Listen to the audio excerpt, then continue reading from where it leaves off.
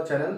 आज हम बात करेंगे डी फार्मा फाइनल ईयर के एक सब्जेक्ट फार्मास्यूटिकल ज्यूरिस्प्रूडेंस के chapter drug and cosmetic act का। इसमें हमने एक पार्ट इंट्रोडक्शन का अपलोड किया हुआ है। तो इसमें जो हमने आपसे प्रॉमिस किया था कि डीआई और गवर्नमेंट एनालिस्ट के बारे में हम बताएंगे आपको, लेकिन उससे पहले कुछ रिक्वेस्ट आई है कि सर आप पहले शेड्यूल्स के बारे में बता दीजिए। तो आइए स्टार्ट करते हैं, शेड्यूल्स क्या होते हैं, ठीक है, और उसके बारे में ये थोड़ी सी जानकारी। यहाँ पे कुछ शेड्यूल्स लिखे गए हैं, उस शेड्यूल्स को हम डिटेल में देखेंगे कि कैसे हम उसको याद करते हैं विद ट्रिक। एक चीज मैं आपको बता दूं, यहाँ पे जो भी ट्रिक यूज की जाएगी केवल आपको याद कराने के लिए, मेमोराइज कराने के लिए वो सारी ट्रिक यूज की जाती है। उसका वास्तविक जीवन से कोई लेना देना नहीं है, जस्ट फनी ट्रिक है आप, ताकि आपको इजी वे में ये सारे शेड्यूल्स याद हो जाए। और अगर मेरे तरफ से किसी को भी कोई प्रॉब्लम हो रही हो इस ट्रिक से लेके या कोई भी दिक्कत हो रही है तो उसके लिए हम पहले ही आप लोगों से सॉरी बोल दें, लेकिन मेरा उद्देश्य केवल आपको शेड्यूल्स याद कराना है, ठीक है। तो आइए स्टार्ट करते हैं। सबसे पहले आता है शेड्यूल्स ए, ठीक है। तो जब आप ए से जेड तक पढ़ते हैं, ठीक है, तो सबसे पहले आप क्या पढ़ते हैं, शेड्यूल ए। आप दूसरे टर्म में देखिएगा कि जब आप फार्मेसी कर लेते हैं और फार्मेसी करने के बाद आपको मार्कशीट दी जाती है प्रोविजनल, अगर आपका डिप्लोमा नहीं आया है या बैचलर डिग्री नहीं आई है तो आपको एक मार्कशीट दी जाती है प्लस प्रोविजनल सर्टिफिकेट दिया जाता है। उसको लेकर आप यूपी पीसीआई में जाते हैं, ठीक है। तो वहां पे क्यों जाते हैं, क्योंकि आपको कराना है रजिस्ट्रेशन। तो शेड्यूल ए में क्या होता है, list form used for making application for issuing licence, granting licence, sending memorandum et cetera.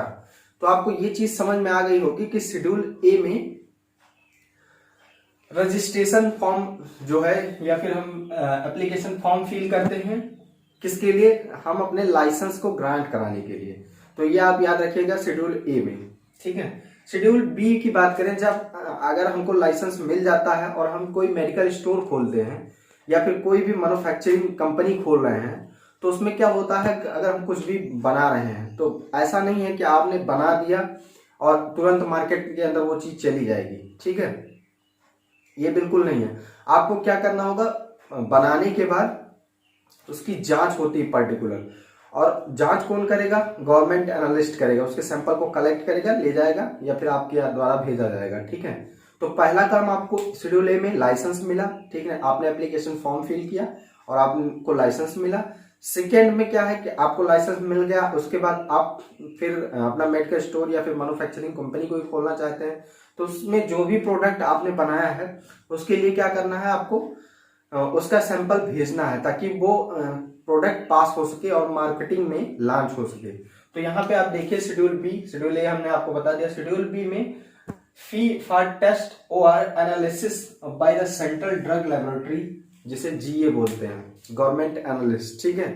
तो सेंट्रल ड्रग लेबोरेटरी के पास आपको एक फी पेड करना होगा ताकि आप जो ड्रग बनाए हैं उसकी एनालिसिस हो सके और उसकी जांच हो सके सेंट्रल ड्रग लेबोरेटरी में, उसके बाद वो पास हो सके आम पब्लिक तक रीजनेबल प्राइस में, फेयर प्राइस में मिल सके।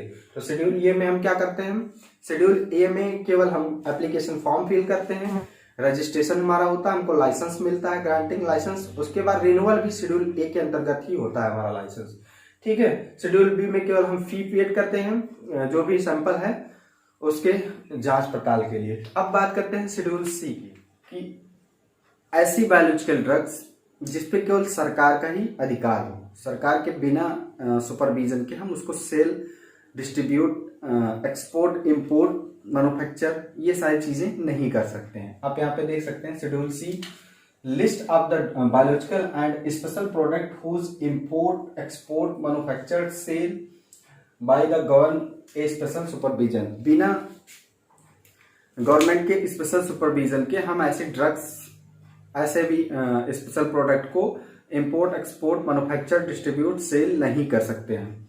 उसके बाद बात करते हैं शेड्यूल C1 की। शेड्यूल C1 में अदर स्पेशल प्रोडक्ट आते हैं जिसको हम एक्सपोर्ट, इंपोर्ट, मैन्युफैक्चर, सेल नहीं कर सकते हैं। बिना सरकार के स्पेशल सुपरविजन के। ठीक है, तो यहाँ पे शेड्यूल सी और सी एंड C1 को इसलिए ज्यादा डिटेल में डिस्कस नहीं कर रहे हैं। जब हम आपको DI पढ़ाएंगे, DI के बारे में बताएंगे, तब वहां पे डिटेल में बताएंगे, क्योंकि DI के लिए 18 महीने का आपको मतलब एक्सपीरियंस होना चाहिए शेड्यूल C एंड C1 के। ठीक है, तो वहां पे डिटेल में बताएंगे। अब शेड्यूल F की बात करें तो शेड्यूल F से आप ऐसे याद रखो कि F का मतलब है कि फट गया है, कहीं पे कट गया है, फट गया है, इंजरी हो गई है। तो जब कहीं पे चोट लगती है, फटता है, कटता है, इंजरी होती है, तो वहां पे क्या निकलता है? ब्लीडिंग होती है, ब्लड निकलता है, रिलीज आउट होता है हमारी स्किन से। ठीक है, तो ये ट्रिक है, आप याद रखिएगा। अब इसको आप पढ़िएगा शेड्यूल F। तो provision applicable to the blood bank and requirement licence to the process blood component. कुल मिलाकर ऐसा है कि ब्लड से रिलेटेड, चाहे वो ब्लड बैंक हो या ब्लड से रिलेटेड कंपोनेंट हो, उसके लिए जो लाइसेंस चाहिए वो किस शेड्यूल के अंतर्गत मिलता है? शेड्यूल F के अंतर्गत। तो जब भी हमको इंजरी होती है, F से मतलब फटना, और जब भी हमें कहीं कटता फटता है, इंजरी होती है, चोट लगती है, घाव होता है, तो वहां से क्या रिलीज आउट होता है? ब्लीडिंग होती है। और ब्लड के साथ क्या क्या रिलीज होता है? ब्लड तो रिलीज होगा, ब्लड के कंपोनेंट भी रिलीज होते हैं, जैसे प्लेटलेट्स हो गई, जिसे थ्रोम्बोसाइट के नाम से जानते हैं। ठीक है, तो ये सारा चीज हम शेड्यूल F में पढ़ते हैं, तो ये ट्रिक आप याद रखिएगा। F1 की बात करें, अच्छा जब कट गया, फट गया, तब उसके बाद वाली सिचुएशन को हम देखो तो F1 में provision application to the production of bacteria, viral vaccine and sera and diagnostic agent. तो F1 में प्रोविजन क्या होता है कि जो वायरल वैक्सीन है या बैक्टीरियल वैक्सीन है, सीरा है, डायग्नोस्टिक एजेंट है, उसको हम प्रोडक्शन करते हैं, उसको बनाते हैं। ठीक, F1 में। अच्छा, मान लीजिए इन केस आपको चोट लग गई, इंजरी हो गई, और आपने एंटीसेप्टिक नहीं यूज किया। एंटीसेप्टिक डिसइंफेक्टेंट हम नॉन लिविंग के लिए यूज करते हैं, और एंटीसेप्टिक हम लिविंग सरफेस पे यूज करते हैं। तो जब भी हमें कभी चोट लगती है तो हम डिटॉल का लिक्विड आता है, उसको डाल देते हैं कि यहाँ पे बैक्टीरिया और वायरस ग्रो ना करे। ठीक, तो आप F1 में F से हमने आपको बता दिया अपनी ट्रिक, कटना फटना। F1 में जब कट फट जाता है और हम ऐसी स्थिति में एंटीसेप्टिक नहीं यूज करते हैं, तब क्या होता है? बैक्टीरिया और वायरस ग्रो करते हैं और हमारी बॉडी को नुकसान पहुंचाते हैं, या हमारी स्किन में सड़न पैदा करते हैं। तो हम क्या करवाते हैं? डायग्नोसिस करवाते हैं कि कहीं कोई दिक्कत तो नहीं है, कैंसरस सेल तो नहीं डेवलप हो गई है, ये सारी चीजें हैं। तो कुल मिला के बैक्टीरिया और वायरल वैक्सीन और डायग्नोस्टिक एजेंट किसके अंतर्गत आते हैं? F1 के। ये अपनी ट्रिक है, याद रखना। F2 में स्टैंडर्ड फॉर सर्जिकल ड्रेसिंग। अच्छा, अब कहानी और थोड़ा सा सुनो।